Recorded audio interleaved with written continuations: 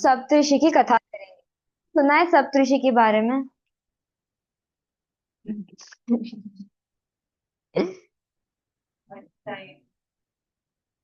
आप आपने देखा है सप्तऋषि का चित्रपट? किधर देखा है? किसी को पता है किधर देखा है? सोनगढ़ में किधर? मेन मंदिर में। तो जिसी ने नहीं देखा है, next time when you go to Songadh, see it. Main मंदिर, सिमंदर भगवान का मेन मंदिर में, this side when you enter, right side. So we will start. तो सप्तऋषि की कथा का जो रेफरेंस है वो पद्म पुराण में आता है। पद्म पुराण इज जैन रामायण, राम भगवान के बारे में। और ये मुनि सूरत भगवान के टाइम पे हुआ था। तो पहले, नेक्स्ट स्लाइड, हम थोड़ा बैकग्राउंड जान लेते हैं कि क्या, वी बिल्ड अ स्टोरी। तो आपको पता है राम जी थे, उनके पिता थे दशरथ राजा। दशरथ राजा की 500 रानियां थी, उसमें से 4 मुख्य रानी थी। ईच रानी हैड वन सन। राम जी, लक्ष्मण जी, भरत राजा और शत्रुघ्न जी। तो जब राम जी और लक्ष्मण जी लंका को जीत कर वापस अयोध्या आए, तब उनका राज्य अभिषेक हुआ। और तब भरत राजा को वैराग्य हुआ और उन्होंने मुनि दीक्षा लेकर वन में चले गए। तब राम जी ने शत्रुघ्न जी को पूछा कि आपको कौन सा किंगडम रूल करने के लिए चाहिए। तो चाहिए तो आधी अयोध्या ले लो। पर शत्रुघ्न ने क्या कहा इन गेसेस? मथुरा नगरी। तो उनको मथुरा नगरी ही चाहिए थी। तो राम जी ने ना, तब उस समय में मथुरा नगरी के राजा थे मधु राजा। वो बहुत शक्तिशाली थे। उनके बेस्ट फ्रेंड थे, उनके बेस्ट फ्रेंड एक देव थे, चमरेंद्र देव। चमरेंद्र देव ने मधु राजा को एक त्रिशूल रत्न, एक वेपन दिया था, जो इतना पावरफुल था कि वो जो भी युद्ध करते थे वो त्रिशूल रत्न के कारण जीत लेते थे। तो उसके उनके पास त्रिशूल रत्न था। और वो रावण जी के जमायती सन इन लॉ थे। और वो बहुत स्ट्रांग थे। उनका जो सन था लवण अंतक, और लवण सागर ऑल्सो इन फ्यू शास्त्र्स, वो भी बहुत स्ट्रांग था। तो राम जी ने कहा कि मथुरा को छोड़कर जो भी राज्य चाहिए, जो भी किंगडम चाहिए, वो मैं आपको दे दूंगा। पर शत्रुघ्न ने कहा कि मुझे तो मथुरा नगरी ही चाहिए और मथुरा नगरी ही चाहिए। तो राम जी इनका आग्रह देकर बोले कि ठीक है, मथुरा नगरी चाहिए। तो फिर जब, when you are doing युद्ध with Madhuraja, make sure that he does not have the Trishul Ratna. Then you will easily be able to win the युद्ध। तो फिर इसके बाद लक्ष्मण जी ने कृतांत वक्र नामक मंत्री को शत्रुघ्न जी के साथ भेजा था to help him win the युद्ध। और फिर शत्रुघ्न जी ने अपनी माता की आज्ञा ली, राम जी की आज्ञा ली, और वो मथुरा नगरी के लिए निकल पड़े। तो did anyone have a question कि क्यों शत्रुघ्न जी को मथुरा नगरी ही चाहिए थी? एनीवन?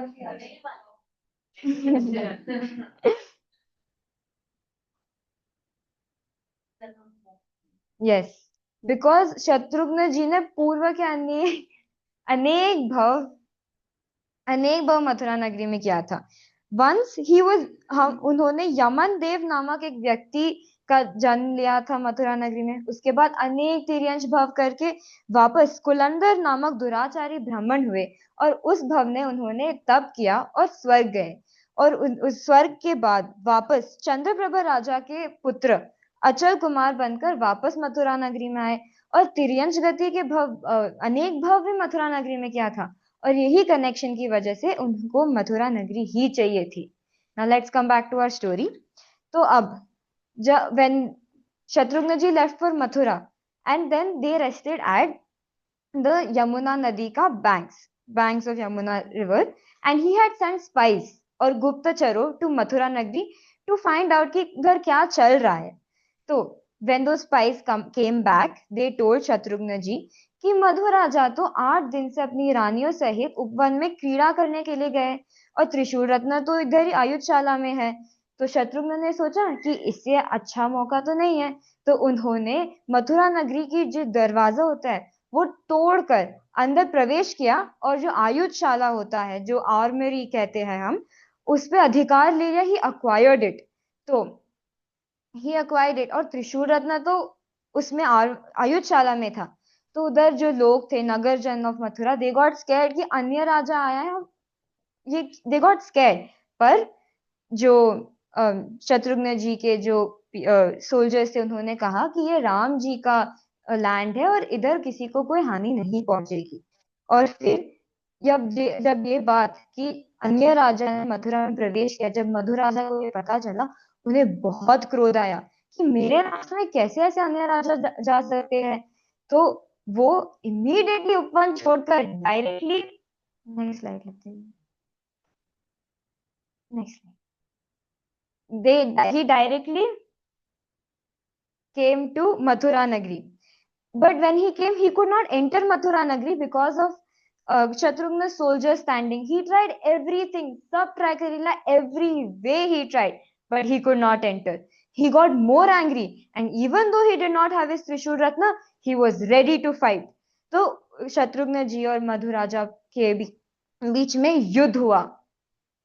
और वो युद्ध में जो मधु राजा का जो पुत्र था लवण सागर और लवणांतर, कृतांत वक्र किल्ड हिम। तो मधु राजा को और गुस्सा आया। he got onto the elephant and he was ready to fight। और युद्ध में शत्रुघ्न जी के जो तीर थे, एरोस थे, it broke the shield of Madhu Raja. तब मधु राजा को रियलाइज हुआ कि my son is already dead, I don't have my Trishul Ratna, and Shatrughna ji is so determined to get Mathura Nagri, he is undefeatable now। तब next slide, उन्होंने विचार किया कि संसार तो दुखदायक है, त्याग करने योग्य है, और मिथ्या दृष्टि जीव तो संसार में सुख मान रहे हैं, और इस जगत में सिर्फ धर्म प्रशंसनीय है। तो ये सोचकर उन्होंने हाथी पर बैठकर ही भाव दीक्षा ले ली। तो ये देखकर क्या शत्रुघ्न तीर मारेंगे? नहीं, वो भी सम्यक दृष्टि जीव थे। उन्होंने मधु राजा को नमस्कार किया, और तब मधु राजा समाधि मरण को प्राप्त कर वो थर्ड स्वर्ग में, तीसरे स्वर्ग में सनत कुमार हुए। और फिर शत्रुघ्न जी मथुरा में एंटर हुए मधु राजा की स्तुति गाकर। और नेक्स्ट, अब आपको याद है चमरेंद्र? चमरेंद्र कौन था? देव, जो बेस्ट फ्रेंड था, परम मित्र था। जब उनको पता चला कि मेरा परम मित्र, my best friend has gone to स्वर्ग because of Shatrughna, he wanted to take revenge कि how could he do this to my best friend. तो he came from Patalok to Mathura. तो जब वो आए, he already wanted to take revenge on Shatrughna। तब उन्होंने देखा that people of Mathura are enjoying the new king instead of being sad because of their king's death। तो उन्होंने और गुस्सा आया और and he thought that I will kill all the people also। तो उन्होंने देवक्रोध मरी रोग स्प्रेड किया। मरी रोग में क्या था? whoever was sitting, स्लीपिंग और स्टैंडिंग, जो जहां थे वैसे मृत्यु को प्राप्त हुए।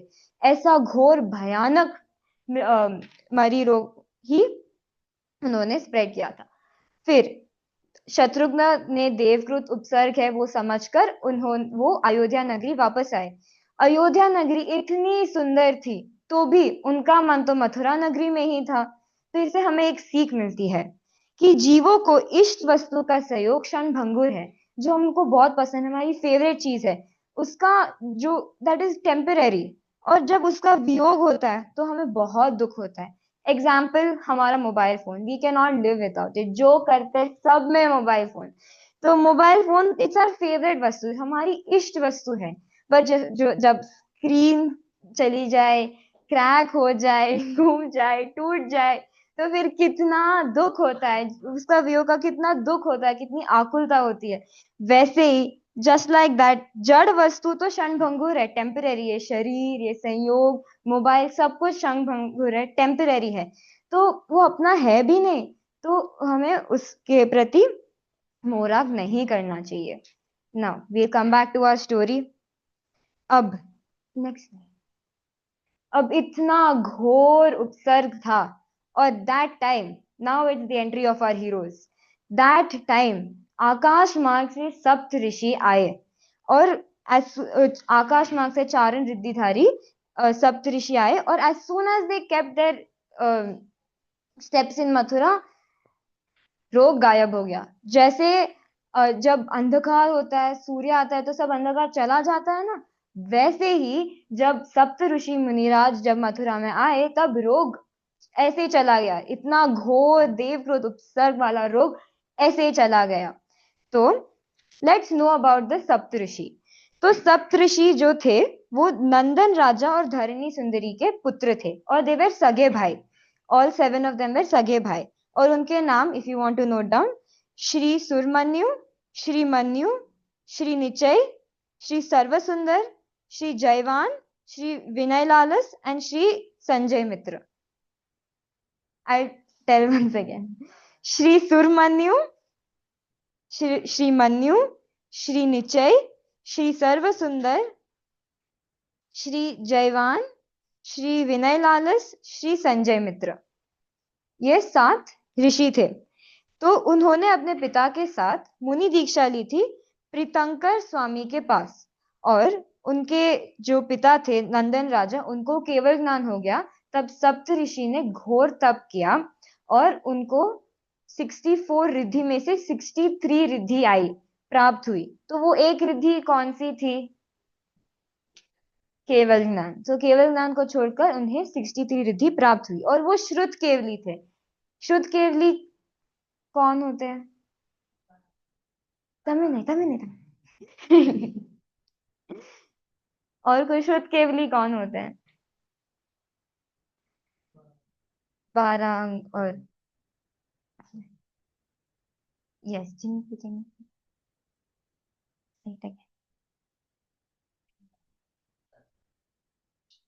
श्रुत केवली होते हैं। तो अब we will talk about the रिद्धिस।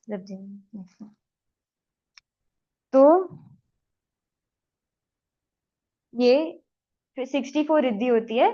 ज्ञान रिद्धि 18। ज्ञान रिद्धि में अवधि ज्ञान, मनपर्याय ज्ञान, शुद्ध ज्ञान, मति ज्ञान, केवल ज्ञान होता है। चारण रिद्धि, चारण रिद्धि हमको बताए जो जिस आकाश मार्ग से, और किसी को, और कोई मुनिराज को थी चारण रिद्धि? नहीं, विष्णु कुमार नहीं, पूज्यपाद स्वामी को, कुनकुंदाचार्य देव को। फिर विक्रिया रिद्धि, विक्रिया रिद्धि किसको थी? Vishnu Kumara. They can change the size of the body. फिर बल रिद्धि में होता है मन, वचन और काया। फिर औषध रिद्धि, सप्त ऋषि को औषध रिद्धि थी, इसीलिए जब वो मथुरा में एंटर हुए सारा रोग चला गया, और पूरे मथुरा नगरी पर एवरीवेयर देयर वाज समृद्धि, everywhere there was full good environment, everything was good. फिर रस रिद्धि 6 होती है, अक्षीण रिद्धि 2, और तपोश्चय रिद्धि 7। टोटल में 64 रिद्धि होती है। और उनको 63 रिद्धि थी, एक नहीं थी, विच वॉज केवल ज्ञान। ऐसे हमारे सप्तऋषि भगवान का। जय हो। जय जय।